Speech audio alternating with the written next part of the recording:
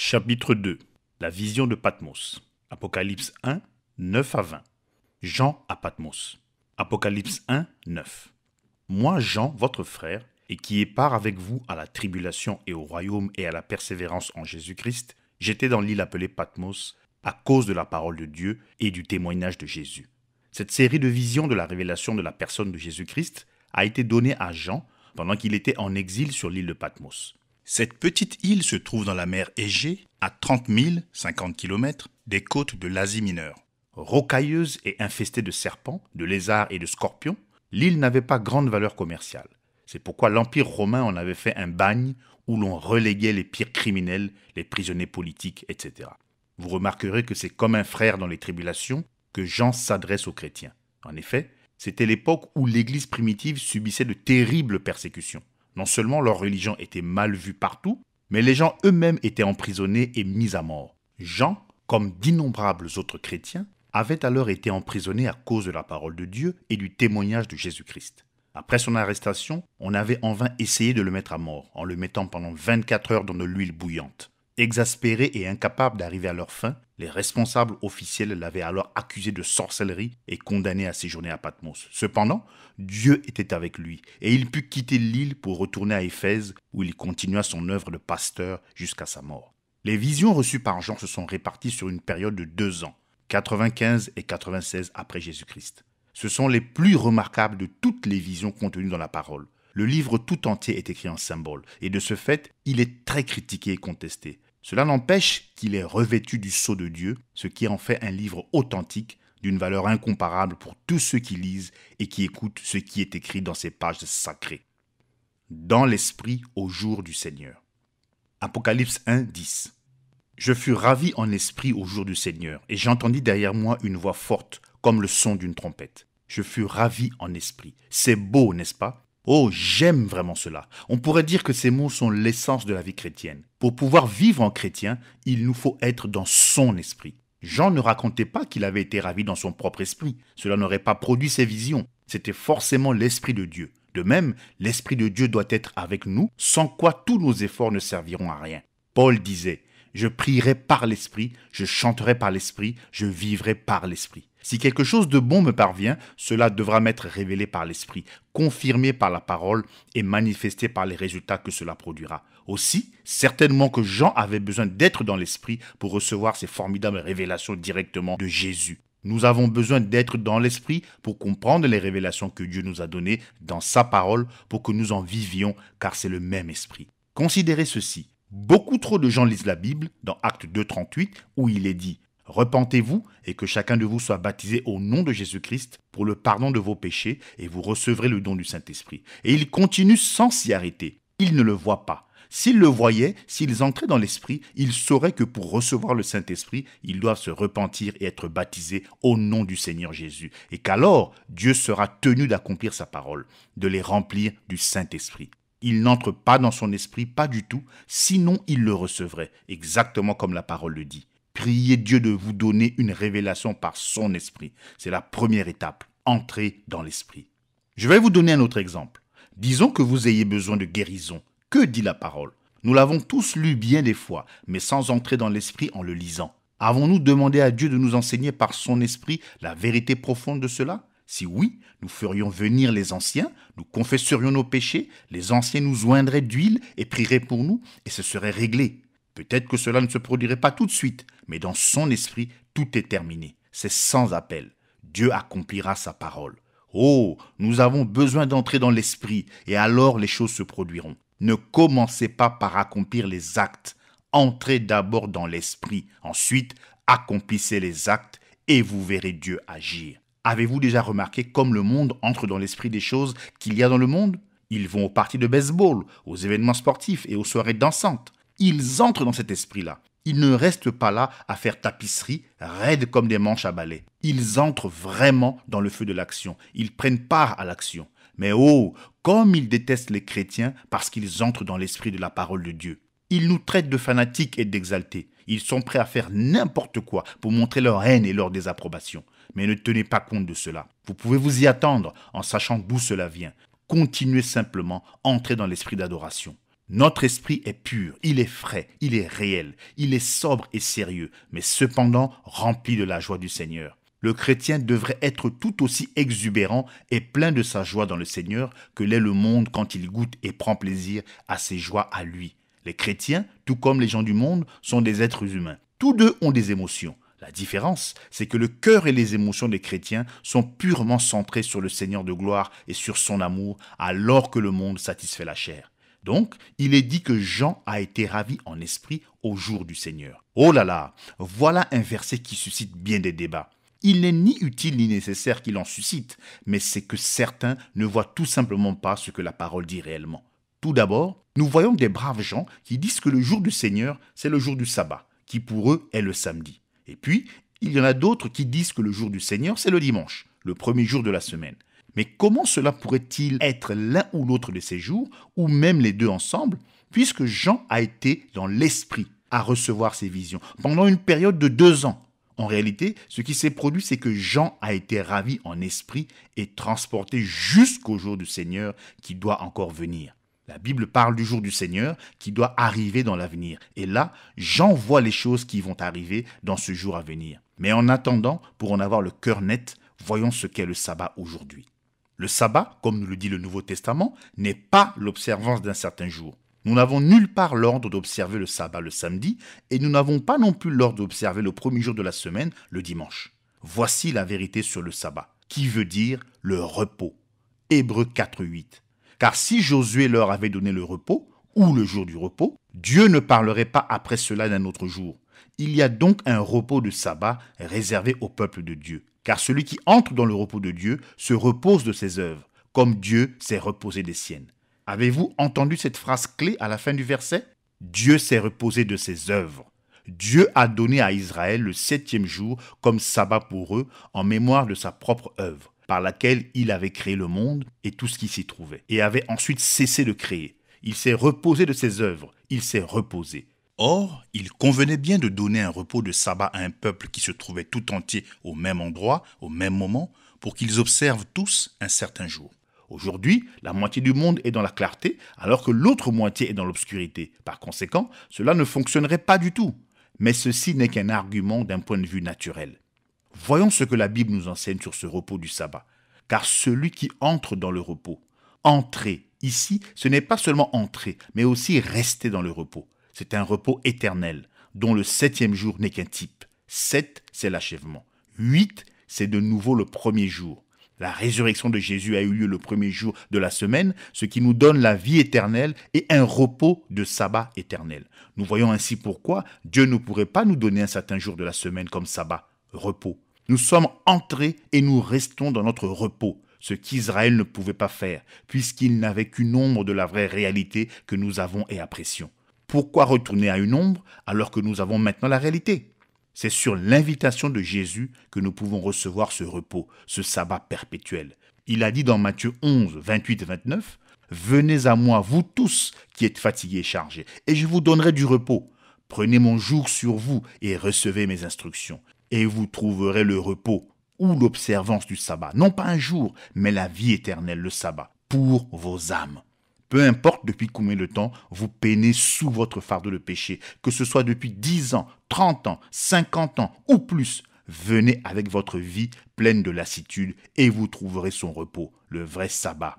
Jésus vous donnera le repos. Mais qu'est-ce au juste que ce repos que Jésus donne? Ésaïe 28, 8 à 12. Car toutes les tables sont pleines de sales vomissements, de sorte qu'il n'y a plus de place. À qui enseignera-t-il la connaissance? Et à qui fera-t-il comprendre ce qui est annoncé? À ceux qui sont sevrés du lait, arrachés aux mamelles.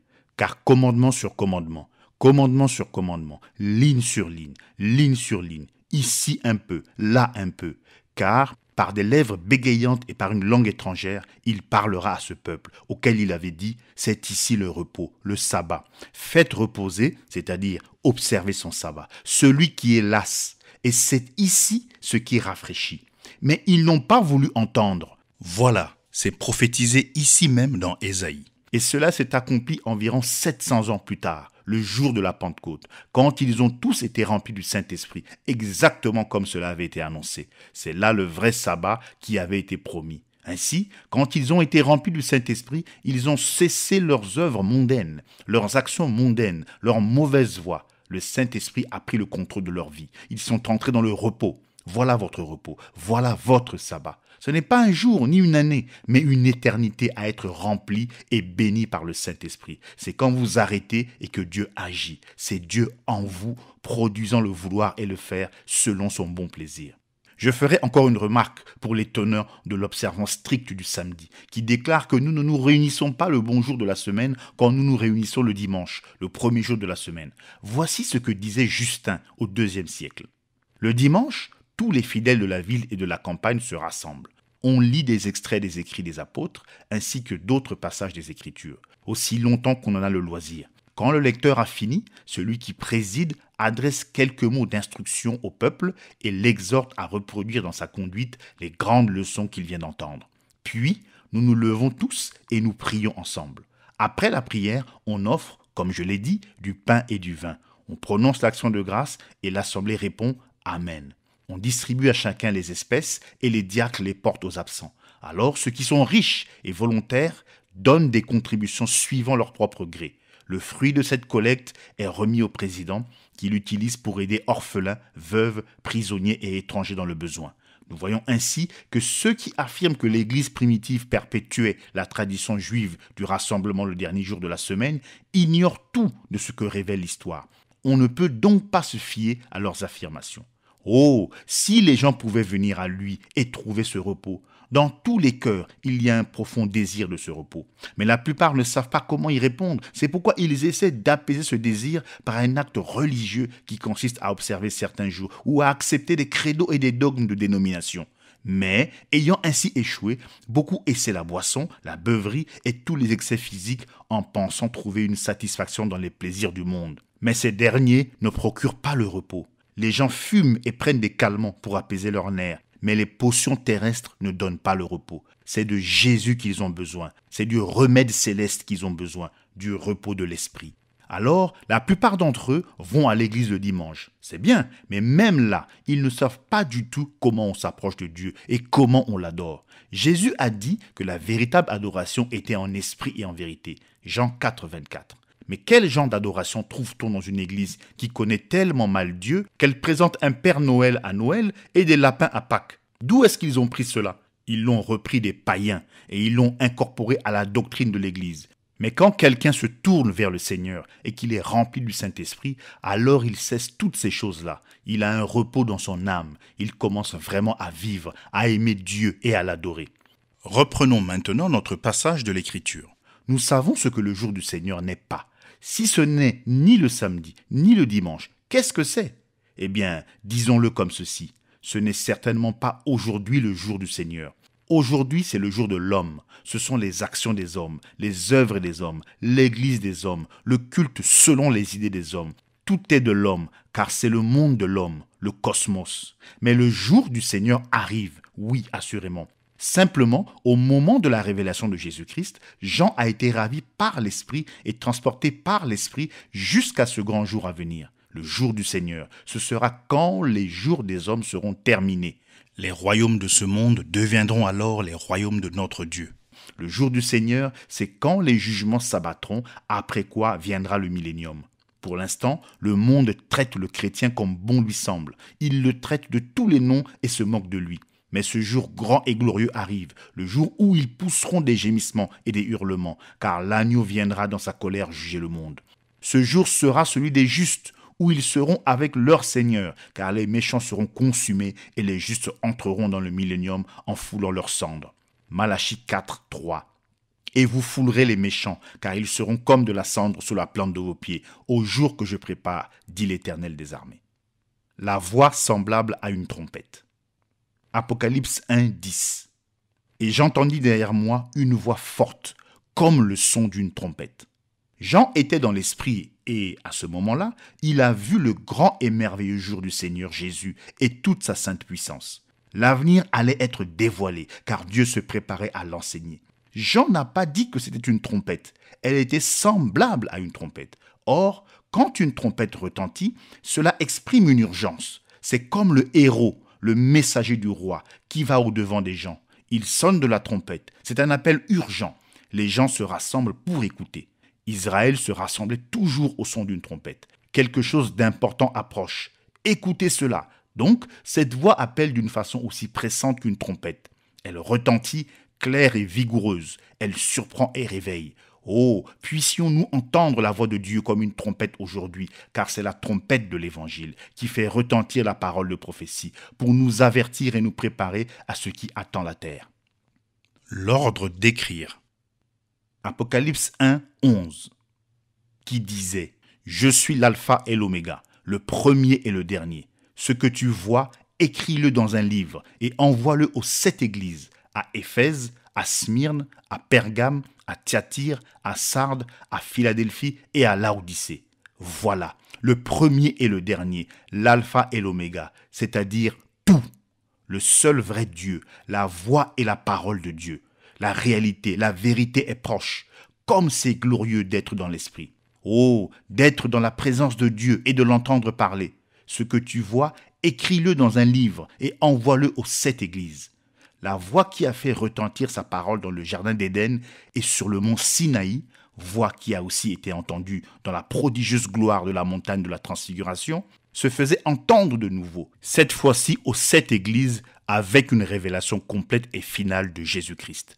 Écris les visions, Jean, mets-les par écrit pour les âges qui vont suivre, car elles sont les prophéties véritables qui doivent s'accomplir. Écris-les et répands-les, fais-les connaître. Jean a reconnu cette voix. Oh, si vous êtes l'un des siens, vous reconnaîtrez cette voix quand il appellera. Les lampes d'or. Apocalypse 1, 12. Je me retournai pour connaître quelle était la voix qui me parlait, et après m'être retourné, je vis 7 chandeliers d'or. Jean n'a pas dit qu'il s'était retourné pour voir celui dont il entendait la voix, mais qu'il s'est retourné pour voir la voix. Oh, j'aime cela. Il s'est retourné pour voir la voix. La voix et la personne sont une seule et même chose. Jésus est la parole. Jean 1, 1 à 3. Au commencement était la parole, et la parole était avec Dieu, et la parole était Dieu. Elle était au commencement avec Dieu. Toutes choses ont été faites par elle, et rien de ce qui a été fait n'a été fait sans elle. Si vous arrivez à réellement voir la parole, vous verrez Jésus. En se retournant, Jean a vu 7 chandeliers d'or. En fait, c'étaient des lampes. Et d'après le verset 20, ce sont les 7 églises. Les 7 chandeliers que tu as vus sont les 7 églises. Pour représenter les églises, il ne peut guère s'agir de chandelles. Une chandelle brûle pendant un moment, puis elle s'éteint, elle meurt. Cela se terminerait là, mais les lampes possèdent un aspect durable que les chandelles n'ont pas. Si vous voulez voir une belle illustration de la lampe, lisez ce qui en est dit dans Zacharie 4, 1 à 6. L'ange qui parlait avec moi revint, et il me réveilla comme un homme que l'on réveille de son sommeil. Il me dit, « Que vois-tu » Je répondis, « Je regarde, et voici, il y a un chandelier tout en or, surmonté d'un vase et portant 7 lampes, avec 7 conduits pour les lampes qui sont au sommet du chandelier. Et il y a près de lui 2 oliviers, l'un à la droite du vase et l'autre à sa gauche. Et reprenant la parole, je dis à l'ange qui parlait avec moi, « Que signifient ces choses, mon Seigneur ?» L'ange qui parlait avec moi me répondit, « Ne sais-tu pas ce que signifient ces choses ?» Je dis, « Non, mon Seigneur. » Alors il reprit et me dit, « C'est ici la parole que l'Éternel adresse à Zorobabel. Ce n'est ni par la puissance ni par la force, mais c'est par mon esprit, dit l'Éternel des armées. Voici encore une lampe d'or pure. Elle donne beaucoup de lumière, parce qu'elle a beaucoup d'huile qu'elle tire des 2 oliviers qui se trouvent de chaque côté d'elle. Les 2 arbres représentent l'Ancien et le Nouveau Testament. Et l'huile, bien sûr, symbolise le Saint-Esprit qui, lui seul, peut apporter aux gens la lumière de Dieu. L'ange qui parlait à Zacharie disait en substance, « Ce que tu vois ici signifie que l'Église ne peut rien accomplir par sa propre force ni par sa propre puissance, mais c'est par le Saint-Esprit. » Examinons maintenant ce lampadaire. Vous remarquerez qu'il a un grand vase, c'est-à-dire un réservoir central, dont sortent les 7 branches. Le vase est rempli d'huile d'olive qui alimente les lampes au moyen de 7 mèches qui passent dans les 7 branches. C'est la même huile qui brûle et qui éclaire à l'extrémité de chacun des 7 conduits. Cette lumière ne s'éteignait jamais. Constamment, les sacrificateurs alimentaient le vase en huile. C'est d'une façon particulière qu'on allumait la lampe. D'abord, le sacrificateur prenait du feu de l'autel sacré qui avait reçu sa flamme du feu de Dieu. En premier, il allumait la lampe qui se trouvait au-dessus du vase. Ensuite, il allumait la seconde lampe à l'aide de la flamme de la première. La troisième lampe recevait le feu de la seconde, la quatrième recevait le feu de la troisième, et ainsi de suite, jusqu'à ce que brûlent toutes les 7 lampes. Le feu saint de l'autel, transmis d'une lampe à l'autre, est un type merveilleux du Saint-Esprit dans les 7 âges de l'Église. La première effusion, celle de la Pentecôte, effusion qui est provenue directement de Jésus sur le propitiatoire, revêt son Église de puissance tout au long des 7 âges et montre de manière parfaite que Jésus-Christ est le même hier, aujourd'hui et pour toujours, le Dieu qui ne change jamais, ni dans son essence, ni dans ses voies.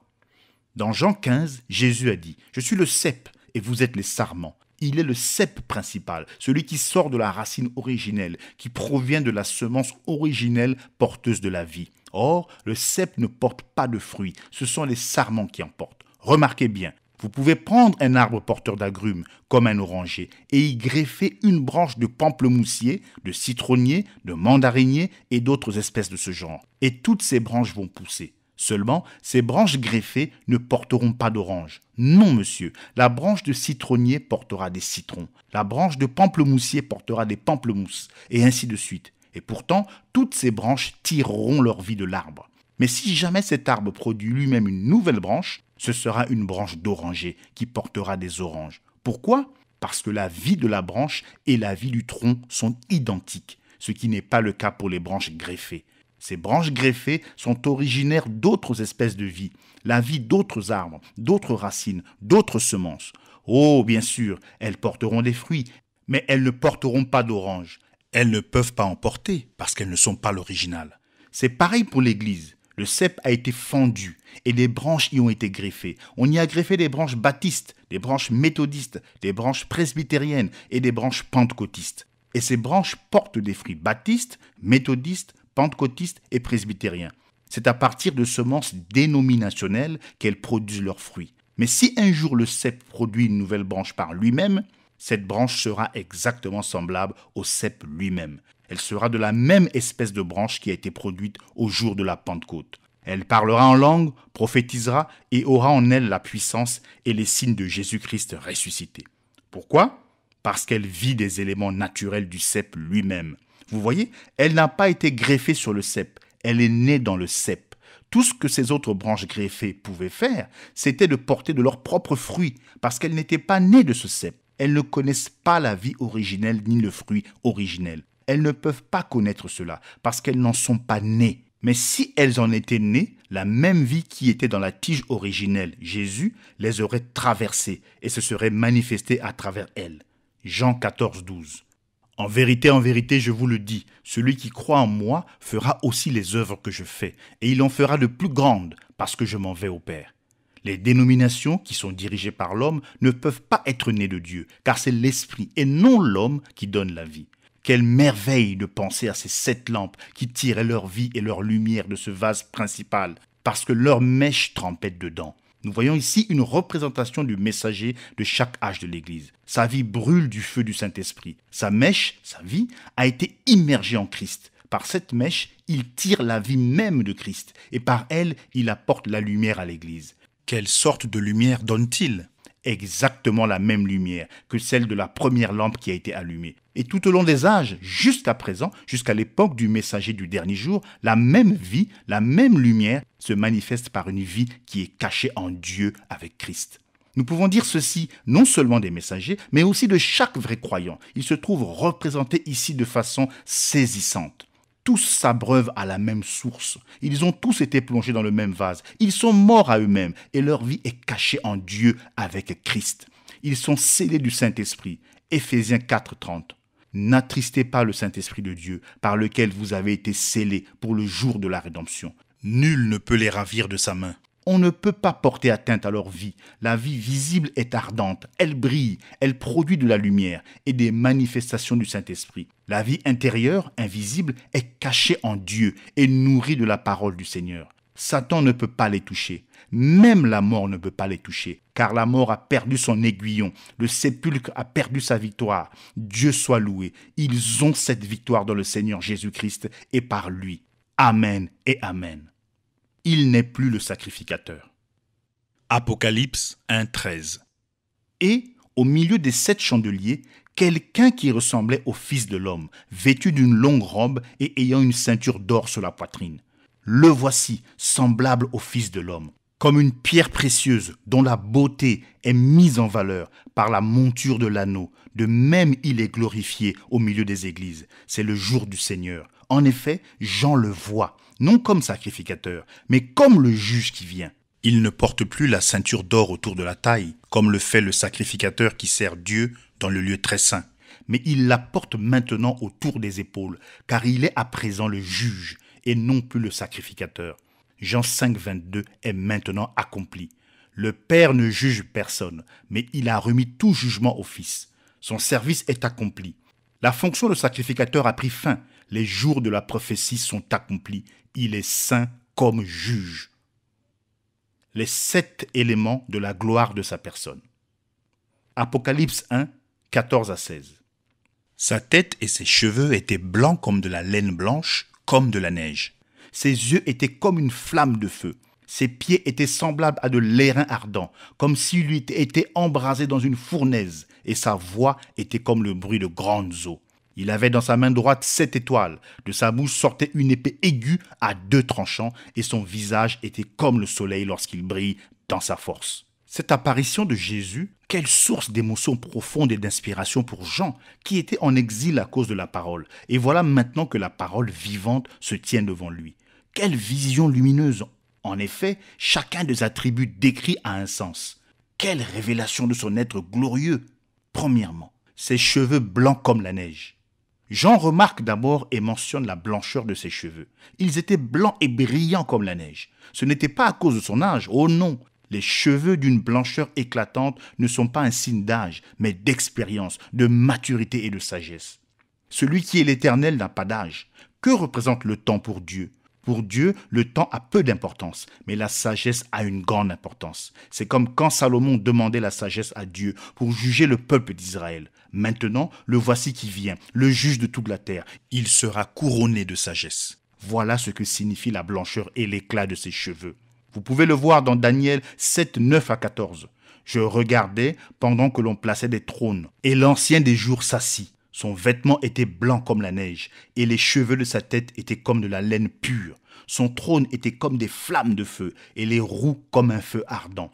Un fleuve de feu coulait et sortait de devant lui. 1000 milliers le servaient, et 10 000 millions se tenaient en sa présence. Les juges s'assirent, et les livres furent ouverts. Je regardais alors à cause des paroles arrogantes que prononçait la corne. Et tandis que je regardais, l'animal fut tué et son corps fut détruit, livré au feu pour être brûlé. Les autres animaux furent dépouillés de leur puissance, mais une prolongation de vie leur fut accordée pour un certain temps. Je regardais pendant mes visions nocturnes, et voici, sur les nuées des cieux arriva quelqu'un de semblable à un fils de l'homme. Il s'avança vers l'ancien des jours, et on le fit approcher de lui. On lui donna la domination, la gloire et le règne. Et tous les peuples, les nations et les hommes de toute langue le servirent. Sa domination est une domination éternelle qui ne passera point, et son règne ne sera jamais détruit. Nous y voilà. Daniel l'a vu avec cette chevelure blanche. Il était le juge qui ouvrait les livres et qui jugeait d'après ses livres. Daniel l'a vu arriver sur les nuées. C'est exactement ce qu'a vu Jean. Tous les deux l'ont vu exactement de la même manière. Ils ont vu le juge portant la ceinture du jugement autour des épaules. Il se tenait pur et saint, rempli de sagesse, avec toutes les compétences voulues pour juger le monde avec justice. Alléluia! Même le monde comprend ces symboles. En effet, jadis, le juge se présentait et convoquait la cour revêtue d'une perruque blanche et d'une longue robe, signe qu'il possédait toute autorité, une robe de la tête aux pieds pour rendre la justice. Deuxièmement, ses yeux comme du feu. Pensez-y, ses yeux qui avaient été obscurcis par des larmes de peine et de pitié. Ses yeux qui avaient pleuré de compassion au tombeau de Lazare. Ses yeux qui n'avaient pas vu la méchanceté de ses assassins. Il l'avait cloué sur une croix, mais il s'était écrié, plein de tristesse, « Père, pardonne-leur ». Ses yeux sont maintenant une flamme de feu, les yeux du juge qui va rétribuer ceux qui l'ont rejeté. De toutes les émotions humaines, celle qu'il a le plus manifestée lors de son apparition en tant que fils de l'homme était celle-ci. Il pleurait souvent. Pourtant, derrière ces pleurs et cette peine, Dieu était quand même là. Ces mêmes yeux avaient des visions. Ils regardaient au fond du cœur des hommes, lisaient leurs pensées et connaissaient toutes leurs différentes voies. De ces yeux mortels jaillissait Dieu qui criait à ceux qui ne l'ont pas reconnu pour ce qu'il était. Si vous ne croyez pas ce que je suis, vous mourrez dans vos péchés. Jean 8, 24. Si je ne fais pas les œuvres de mon Père, ne me croyez pas. Mais si je les fais, les œuvres de mon Père, quand même vous ne me croiriez point, croyez à ses œuvres. Jean 10, 37, 38. Comme l'avait été Jérémie, il était le prophète qui pleurait parce que les hommes ne recevaient pas la parole de Dieu et rejetaient la révélation. Ses yeux enflammés du juge sont maintenant même en train d'enregistrer la vie de toute chair. Il parcourt toute la terre et il n'est rien qu'il ne sache pas. Il connaît les désirs du cœur et ce que chacun se propose de faire. Il n'est rien de caché qui ne sera révélé, car tout est nu devant celui à qui nous devons rendre compte. Pensez-y, maintenant même, il sait à quoi vous pensez. Oui, il se tient là, comme juge aux yeux de flamme pour rendre le jugement. Le jour de la miséricorde est terminé. Oh, puissent les hommes se repentir et chercher sa face dans la justice pendant qu'il est encore temps. Puisse-t-il prendre son sein comme oreiller afin que le monde soit dissous par le feu. Troisièmement, les pieds d'airain. Ses pieds étaient semblables à de l'airain ardent, comme s'il lui était embrasé dans une fournaise. L'airain est connu pour sa remarquable dureté.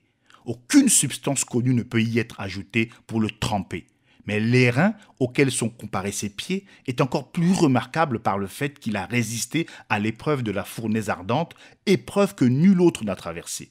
C'est tout à fait exact. En effet, l'airain représente le jugement divin, un jugement que Dieu a prononcé et mis en œuvre.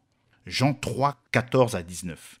Et comme Moïse éleva le serpent dans le désert, il faut de même que le Fils de l'homme soit élevé, afin que quiconque croit en lui ne périsse point, mais qu'il ait la vie éternelle. Car Dieu a tant aimé le monde qu'il a donné son Fils unique, afin que quiconque croit en lui ne périsse point, mais qu'il ait la vie éternelle. Dieu, en effet, n'a pas envoyé son Fils dans le monde pour qu'il juge le monde, mais pour que le monde soit sauvé par lui. Celui qui croit en lui n'est point jugé, mais celui qui ne croit pas est déjà jugé, parce qu'il n'a pas cru au nom du Fils unique de Dieu. Et ce jugement, c'est que, la lumière étant venue dans le monde, les hommes ont préféré les ténèbres à la lumière parce que leurs œuvres étaient mauvaises. Nombre 21, 8 et 9. L'Éternel dit à Moïse, « Fais-toi un serpent brûlant et place-le sur une perche. Quiconque aura été mordu et le regardera conservera la vie. » Moïse fit un serpent d'airain et le plaça sur une perche. Et quiconque avait été mordu par un serpent et regardait le serpent d'airain conservait la vie.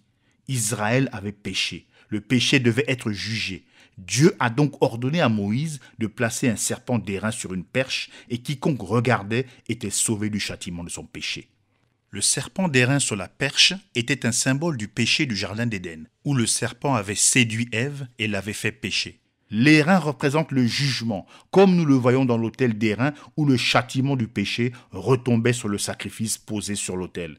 À l'époque d'Élie, quand Dieu a jugé Israël à cause de ses péchés, il a empêché qu'il pleuve et les cieux enflammés sont devenus comme de l'airain. Dans cette image, nous voyons que le serpent sur la perche représente le péché déjà jugé, car il est fait d'airain pour montrer que le jugement divin était déjà tombé sur le péché. Alors, quiconque regardait le serpent sur la perche, en acceptant ce qu'il signifiait, était guéri, car c'était là l'œuvre ou le salut du Seigneur. Le serpent sur la perche est un type de ce que Jésus est venu accomplir sur la terre. Il est devenu chair pour prendre sur lui le jugement de Dieu qui devait tomber à cause du péché. Le fondement de l'autel du sacrifice était en airain massif, ce qui symbolise l'agneau immolé dès avant la fondation du monde. Le jugement était déjà tombé sur lui, avant même qu'il y ait des pécheurs. Comme le salut vient entièrement du Seigneur, il a foulé seul la cuve du vin de l'ardente colère de Dieu. Ses vêtements étaient cramoisis, teints de son propre sang. La fournaise ardente du juste jugement et de la colère de Dieu ont été son lot. Lui, le juste, a souffert pour les injustes. Tu es digne, ô agneau de Dieu, car tu nous as rachetés par ton propre sang. Il était blessé pour nos transgressions, brisé pour notre iniquité. Le châtiment qui nous donne la paix est tombé sur lui, et c'est par ses meurtrissures que nous sommes guéris. L'Éternel a fait tomber sur lui l'iniquité de nous tous. Il a souffert comme aucun homme n'avait jamais souffert. Même avant la croix, il avait versé de grosses gouttes de sueur comme du sang de son corps, alors que, dans l'agonie intense que causait le supplice qui l'attendait, le sang s'était séparé dans ses veines. Luc 22, 44. Étant en agonie, il priait plus instamment et sa sueur devint comme des grumeaux de sang qui tombaient à terre. Mais un jour, ses pieds d'airain se tiendront sur la terre. Il sera alors juge de toute la terre et il jugera l'humanité avec équité et perfection. Et nul ne pourra se soustraire à ce jugement. Nul ne pourra se détourner de cette justice. Rien ne pourra la tempérer. Celui qui est injuste sera encore injuste. Celui qui est souillé se souillera encore. À ce moment-là, celui qui est immuable ne changera pas, car il n'a jamais changé et il ne changera jamais. Ses pieds d'airain écraseront l'ennemi, ils détruiront l'antichrist, la bête, l'image et tout ce qui est vil à ses yeux. Il détruira les systèmes d'église qui n'ont pris son nom que pour en corrompre l'éclat et il les écrasera avec l'antichrist. Tous les méchants, les athées, les agnostiques, les modernistes, les libéraux, ils y seront tous. La mort, le séjour des morts et la tombe seront là. Oui, assurément, car quand il viendra, les livres s'ouvriront. C'est là que même l'église tiède et les 5 vierges folles apparaîtront. Il séparera les brebis d'avec les boucs. Quand il viendra, il prendra la tête du royaume, car il lui appartient, et des milliers de myriades seront avec lui, son épouse, qui viendra le servir. Gloire! Oh! C'est maintenant ou jamais. Repentez-vous avant qu'il soit trop tard. Réveillez-vous d'entre les morts et cherchez Dieu pour être rempli de son esprit, sans quoi vous manquerez la vie éternelle. Faites-le maintenant, pendant qu'il est encore temps. Quatrièmement, sa voix était comme le bruit de grandes eaux. Les eaux, que représentent-elles? Écoutez ce qu'il en est dans Apocalypse 17, 15. Les eaux que tu as vues, ce sont des peuples, des foules, des nations et des langues. Sa voix était comme le bruit de foule qui parlait. Qu'est-ce que c'est? C'est le jugement. En effet, ce sont là les voix des multitudes de témoins qui, par le Saint-Esprit, ont témoigné de Christ et prêché son évangile tout au long des âges. Ce sera la voix de chaque homme qui s'élèvera en jugement contre le pécheur qui aura repoussé l'avertissement. Les voix des 7 messagers se feront entendre haut et clair, ces prédicateurs fidèles qui ont prêché la puissance de salut de Jésus, qui ont prêché le baptême au nom de Jésus, qui ont prêché le remplissage et la puissance du Saint-Esprit, qui ont tenu à la parole plus qu'ils n'ont tenu à leur propre vie. Tout cela était la voix de Jésus-Christ par le Saint-Esprit tout au long des âges. Jean 17, 20. Ce n'est pas pour eux seulement que je prie, mais encore pour ceux qui croiront en moi par leur parole. Avez-vous déjà songé combien il est terrifiant pour un homme d'être emporté impuissant vers des chutes d'eau? Pensez maintenant à ce grondement alors qu'il s'approche de son destin fatal. C'est exactement ainsi qu'arrive le jour du jugement, quand le grondement de la multitude de voix vous condamnera pour ne pas avoir prêté attention avant qu'il soit trop tard. Prêtez attention dès maintenant. En ce moment même, vos pensées sont enregistrées au ciel. Là-haut, vos pensées parlent plus fort que vos paroles. De sa bouche, le pharisien exprimait de grandes prétentions. Mais comme il n'écoutait pas le Seigneur, son cœur s'est corrompu et est devenu de plus en plus mauvais jusqu'à ce qu'il soit trop tard. De même, ceci pourrait être pour vous le dernier appel à écouter la parole et à la recevoir pour la vie éternelle. Il sera trop tard quand vous vous approcherez du grondement des nombreuses voix de jugement et de condamnation. Mais avez-vous déjà remarqué combien le bruit de l'eau peut être doux et apaisant? J'aime aller à la pêche et j'aime trouver un endroit où l'eau murmure en ondoyant. Là, je peux me reposer et l'écouter remplir mon cœur de paix, de joie et de satisfaction. Comme je suis heureux d'être ancré dans le havre de repos où la voix du Seigneur parle de paix, comme l'a déclaré la parole des eaux de séparation. Comme nous devrions être reconnaissants d'entendre sa voix d'amour, de soin, de conduite et de protection. Et un jour, nous entendrons cette même voix douce parler, non pas en jugement, mais pour nous accueillir, nous dont les péchés ont été remis par son sang, dont les vies ont été remplies de l'Esprit, et qui avons marché selon la parole. Que pourrait-il y avoir de plus précieux que d'entendre les multitudes de voix de bienvenue et d'être entouré par ces foules qui ont cru pour la vie éternelle? Oh, il n'y a rien de comparable à cela. Je prie que vous entendiez sa voix et que vous n'endurcissiez pas votre cœur, mais que vous le receviez comme votre roi. Oh, si seulement vous pouviez le voir, Ce sont les eaux qui ont détruit le monde, mais ce sont ces mêmes eaux qui ont sauvé Noé et qui ont aussi sauvé toute la terre pour Noé. Écoutez sa voix, la voix de ses serviteurs qui vous appellent à la repentance et à la vie. Cinquièmement, il avait dans sa main droite 7 étoiles.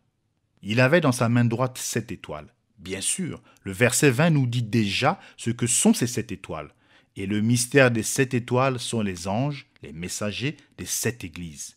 Ici, nous ne pourrions pas du tout nous tromper, car il nous l'interprète. Ces 7 étoiles sont les messagers des 7 âges successifs de l'Église. Leur nom n'est pas mentionné. Il est simplement dit qu'il y en a 7, un pour chaque âge. Depuis l'âge d'Éphèse jusqu'à l'âge de Laodicée, chaque messager a apporté aux gens le message de vérité, sans jamais manquer de s'en tenir à la parole de Dieu pour l'âge de l'Église en question.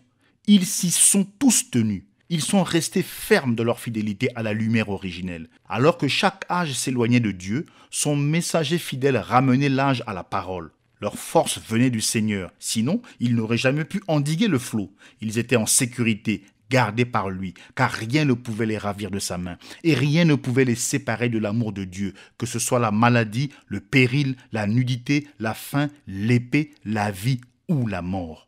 Ils étaient réellement abandonnés à lui et gardés par sa toute-puissance. Ils ne se souciaient pas de la persécution qui frappait. La douleur et les moqueries ne servaient qu'à leur faire glorifier Dieu de ce qu'ils étaient trouvés dignes de souffrir pour lui. Et reconnaissant pour son salut, il brûlait de la lumière de sa vie et reflétait son amour, sa patience, sa douceur, sa tempérance, sa bonté, sa fidélité. Et Dieu les appuyait par des prodiges, des signes et des miracles. Ils étaient accusés d'être des fanatiques et des exaltés. Ils étaient condamnés par les organisations et tournés en dérision. Mais ils sont restés fidèles à la parole. Or, ce n'est pas chose difficile de prendre position et de rester fidèle à un credo. C'est facile, car le diable est derrière tout cela. Mais c'est autre chose de rester fidèle à la parole de Dieu et de retourner à ce que la parole a produit à l'origine, après la Pentecôte. Il n'y a pas longtemps, un homme m'a dit que l'Église catholique romaine devait être la vraie Église, puisqu'elle était restée fidèle à ce qu'elle croyait tout au long des années et qu'elle avait sans cesse grandi sans changer. C'est absolument faux.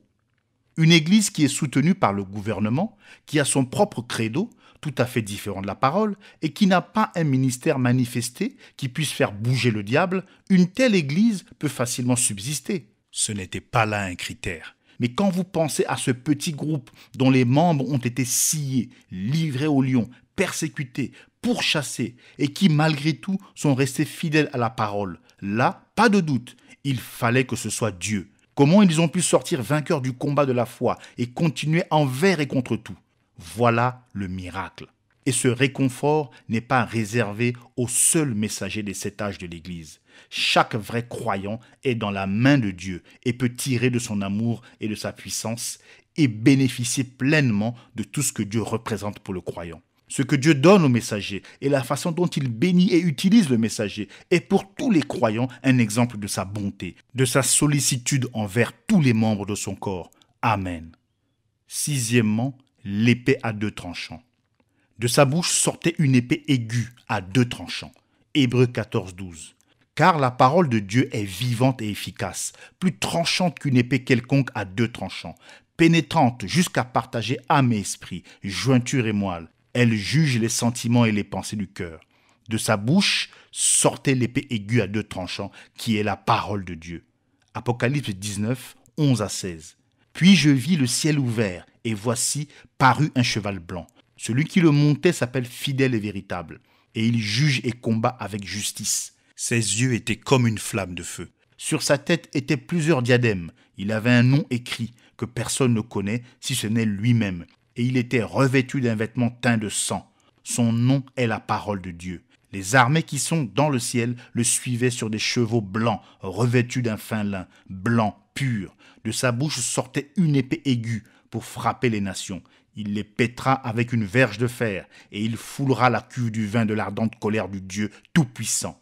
Il avait sur son vêtement et sur sa cuisse un nom écrit, Roi des rois et Seigneur des seigneurs.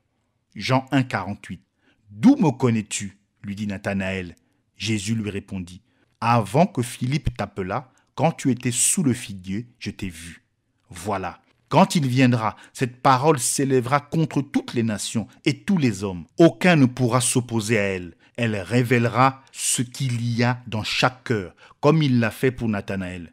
La parole de Dieu montrera qui a fait la volonté de Dieu et qui ne l'a pas faite. Elle révélera les actions secrètes de chaque homme et la raison pour laquelle il les a faites. Elle partagera. C'est ce qui est dit dans Romains 2, 3. Et penses-tu, ô homme, qui juge ceux qui commettent de telles choses et qui les fait, que tu échapperas au jugement de Dieu? Ensuite, il est dit comment Dieu jugera les hommes. C'est ici, du verset 5 au verset 17. Les cœurs durs et impénitents seront jugés. Les œuvres seront jugées. Les motifs seront jugés. Il n'y aura pas de favoritisme devant Dieu, mais tous seront jugés par cette parole. Aucun n'y échappera. Ceux qui ont entendu, mais qui n'ont pas voulu écouter, seront jugés parce qu'ils ont entendu. Ceux qui se sont reposés sur elle en disant y croire, mais qui ne l'ont pas vécu, seront jugés. Tous les secrets seront dévoilés et criés sur tous les toits. Or, à ce moment-là, nous comprendrons vraiment l'histoire. De tous les âges, il ne restera plus un seul mystère. Mais savez-vous qu'il révèle les secrets des cœurs des hommes et des femmes dans cet âge-ci où nous vivons? Qui d'autre que celui qui est lui-même la parole pourrait révéler les secrets du cœur? Hébreux 4, 12. Car la parole de Dieu est vivante et efficace, plus tranchante qu'une épée quelconque à deux tranchants, pénétrante jusqu'à partager âme et esprit, jointure et moelle. Elle juge les sentiments et les pensées du cœur. C'est la parole. Elle accomplit ce pourquoi elle a été envoyée. Car elle, la parole, est pleine de puissance. C'est le même esprit qui était en Jésus, la parole, de nouveau présent dans l'Église de ce dernier âge, comme un dernier signe pour essayer d'arracher les gens au jugement, car ceux qui le rejettent, la parole, passent déjà en jugement, puisqu'ils le crucifient de nouveau. Hébreux 6, 6. Et qui sont tombés, soient encore renouvelés et emmenés à la repentance, puisqu'ils crucifient pour leur part le Fils de Dieu et l'exposent à l'ignominie. Or, Paul a dit que la parole est venue comme une voix, mais aussi avec puissance. La parole prêchée se démontrait vraiment elle-même. Comme une épée flamboyante et tranchante, elle atteignait la conscience des hommes et comme le bistouri du chirurgien, elle enlevait les maladies et libérait les captifs. Partout où ces premiers chrétiens allaient, ils allaient prêchant l'évangile, la parole, et Dieu confirmait cette parole par les signes qui l'accompagnaient. Les malades étaient guéris, les démons étaient chassés, et ils parlaient de nouvelles langues. C'était la parole en action. Cette parole n'a jamais failli dans la bouche de chrétiens qui croient. Et en ce dernier âge, elle est plus forte et plus glorieuse que jamais dans la véritable épouse parole. Ô petit troupeau, vous petite minorité, accrochez-vous à la parole. Que votre bouche et votre cœur en soient remplis et un jour, Dieu vous donnera le royaume. Septièmement, son visage comme le soleil. Et son visage était comme le soleil lorsqu'il brille dans sa force. Matthieu 17, 1 à 13. 6 jours après, Jésus prit avec lui Pierre, Jacques et Jean, son frère, et il les conduisit à l'écart sur une haute montagne. Il fut transfiguré devant eux. Son visage resplendit comme le soleil, et ses vêtements devinrent blancs comme la lumière. Et voici, Moïse et Élie leur apparurent, s'entretenant avec lui. Pierre, prenant la parole, dit à Jésus, « Seigneur, il est bon que nous soyons ici. Si tu le veux, je dresserai ici 3 tentes, une pour toi, une pour Moïse et une pour Élie. » Comme il parlait encore, une nuée lumineuse les couvrit. Et voici, une voix fit entendre de la nuée ces paroles. « Celui-ci est mon fils bien-aimé, en qui j'ai mis toute mon affection. Écoutez-le. » Lorsqu'ils entendirent cette voix, les disciples tombèrent sur leurs faces et furent saisis d'une grande frayeur. Mais Jésus s'approchant, les toucha et dit, « Levez-vous, n'ayez pas peur. » Ils levèrent les yeux et ne virent que Jésus seul. Comme ils descendaient de la montagne, Jésus leur donna cet ordre, « Ne parlez à personne de cette vision jusqu'à ce que le Fils de l'homme soit ressuscité des morts. » Les disciples lui posèrent cette question, « Pourquoi donc les scribes disent-ils qu'il doit venir premièrement ?» Il répondit, « Il est vrai qu'Élie doit venir et rétablir toutes choses, mais je vous dis qu'Élie est déjà venu, qu'ils ne l'ont pas reconnu et qu'ils l'ont traité comme ils ont voulu.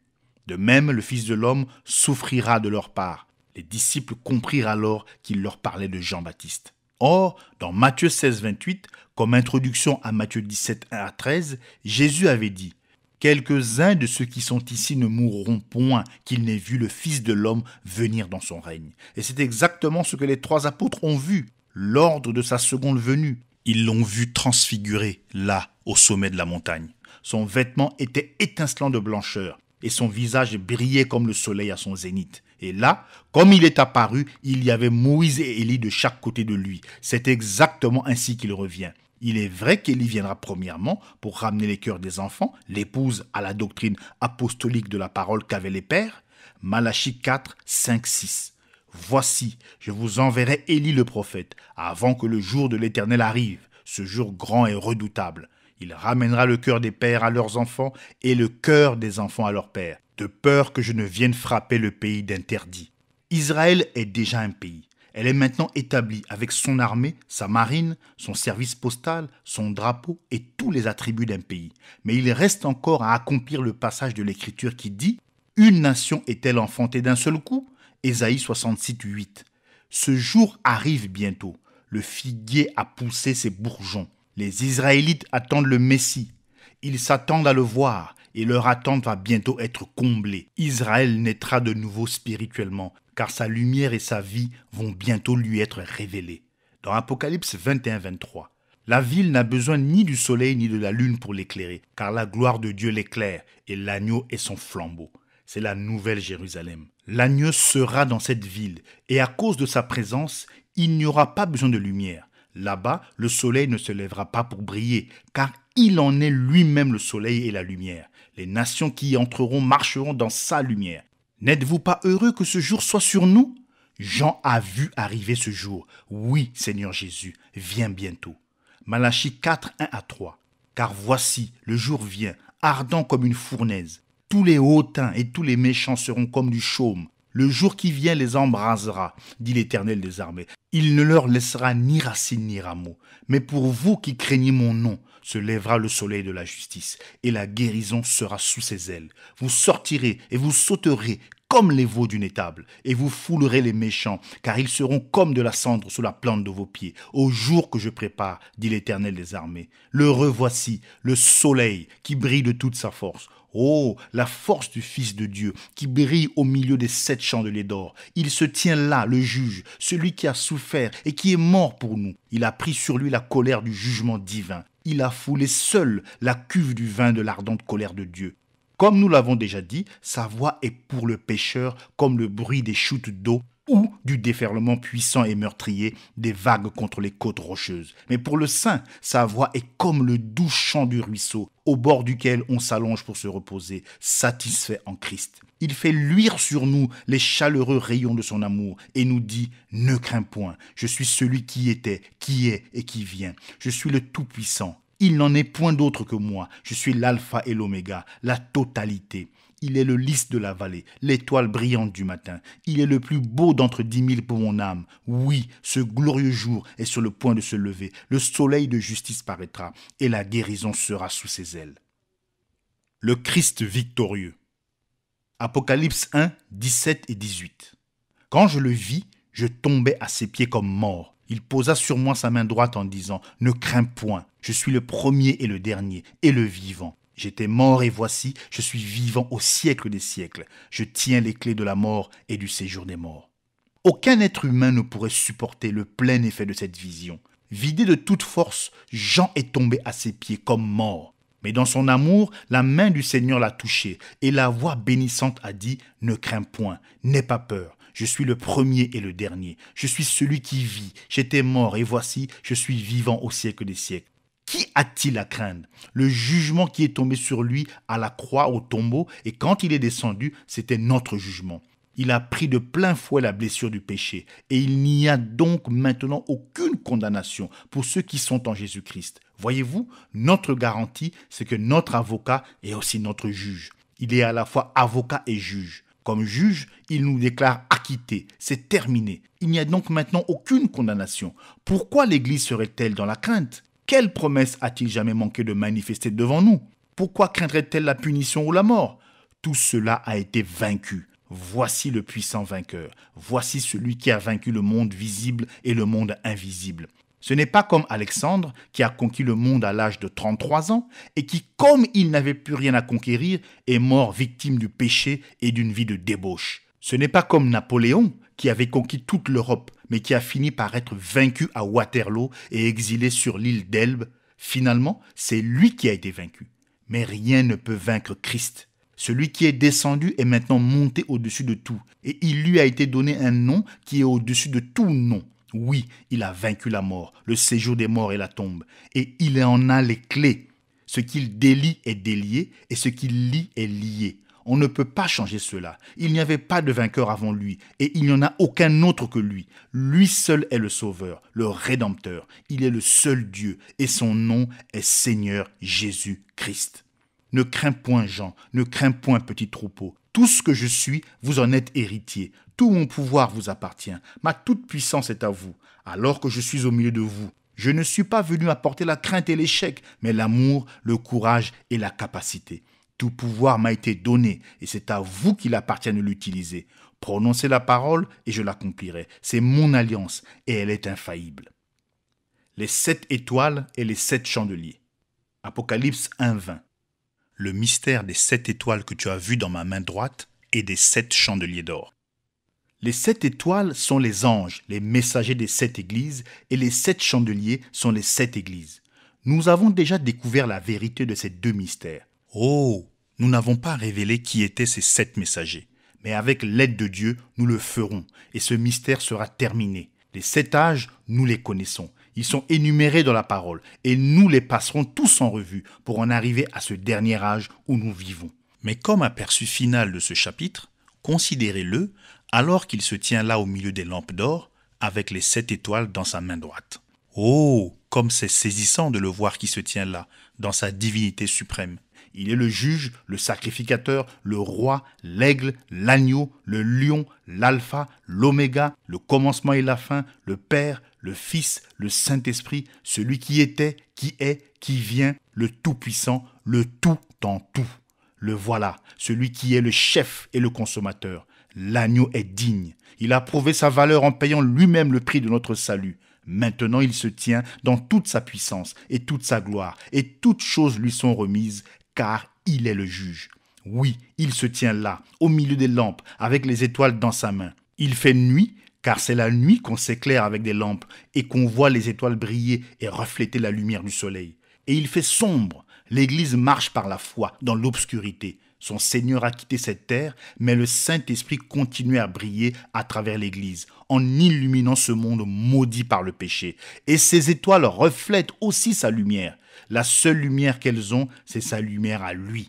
Comme il fait sombre, comme il fait froid spirituellement. Pourtant, quand il vient parmi nous, il fait chaud et clair. Alors l'Église reçoit de la puissance et accomplit par lui les œuvres qu'il faisait. Oh, puissions-nous, comme Jean, avoir un aperçu de lui. Quel genre de personnes devrions-nous être, nous qui nous tiendrons devant lui ce jour-là? Si vous ne lui avez pas encore donné votre vie, puissiez-vous tourner votre cœur vers Dieu maintenant même, vous agenouiller là où vous êtes, lui demander pardon pour vos péchés et lui abandonner votre vie. Ensuite, nous essaierons d'aborder ensemble les 7 âges de l'Église. Alors que nous le ferons, je prie Dieu d'aider son serviteur indigne à vous révéler sa parole.